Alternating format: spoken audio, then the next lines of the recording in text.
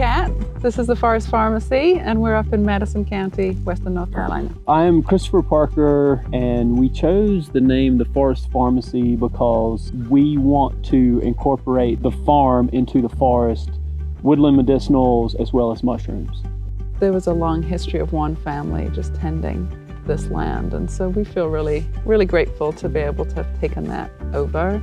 I would transplant things out of the forest and around even when I was a little kid, and they would just take off, and I was kind of obsessed with plants even as a pretty young child. I studied horticulture in high school, and that's actually where I was introduced to mushroom cultivation when I was 14. I grew up on a farm in Scotland. We had sheep and cows and 600 acres in the Scottish borders. So that was how I grew up. It's a very independent lifestyle, and that's typically across the planet. Most farmers are very independent. They tend to think outside the box because they have to. I think the best part of being a farmer for me is being able to be so close to the natural world all the time. You know, we're very dependent on what the weather's doing, on what the animals are doing, how the plants and mushrooms are growing, and I really enjoy that. Fungi are such a new thing that we cultivate. Having hurdles and obstacles to overcome in that world has kept my attention for such a long time. Growing up on a farm, I learned a huge amount just about especially about how to be around animals, how to tend to them.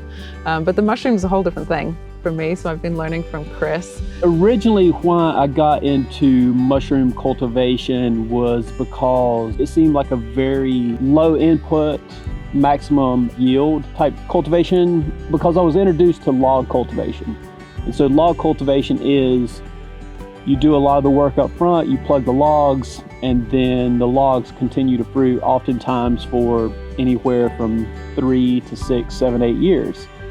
We grow vegetables for ourselves, we grow mushrooms, and we also do forest medicinals.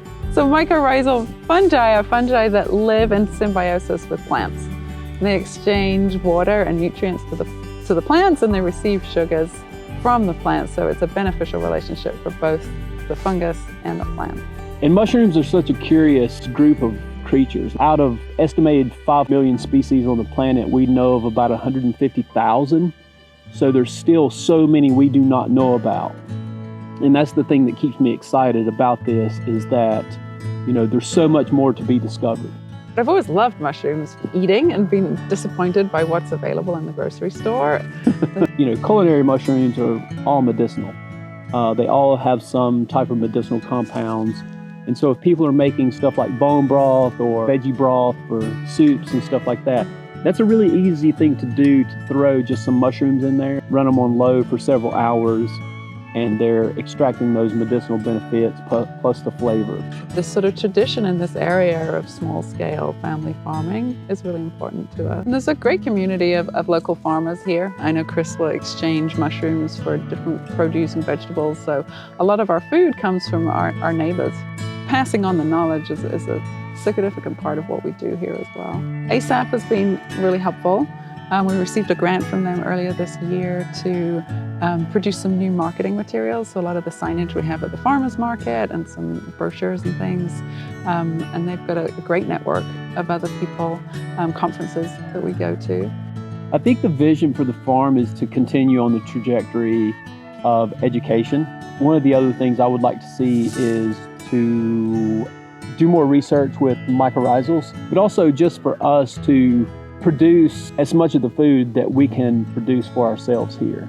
So I know that's one of our goals. Yeah, I think part of the vision too is reconnecting humans to nature, all with the intention of helping us sort of get back to that ancient connection that we've always had and that we have drifted from in our modern culture. And people just spending time here is healing. Being mindful in nature really helps people to find a place of healing.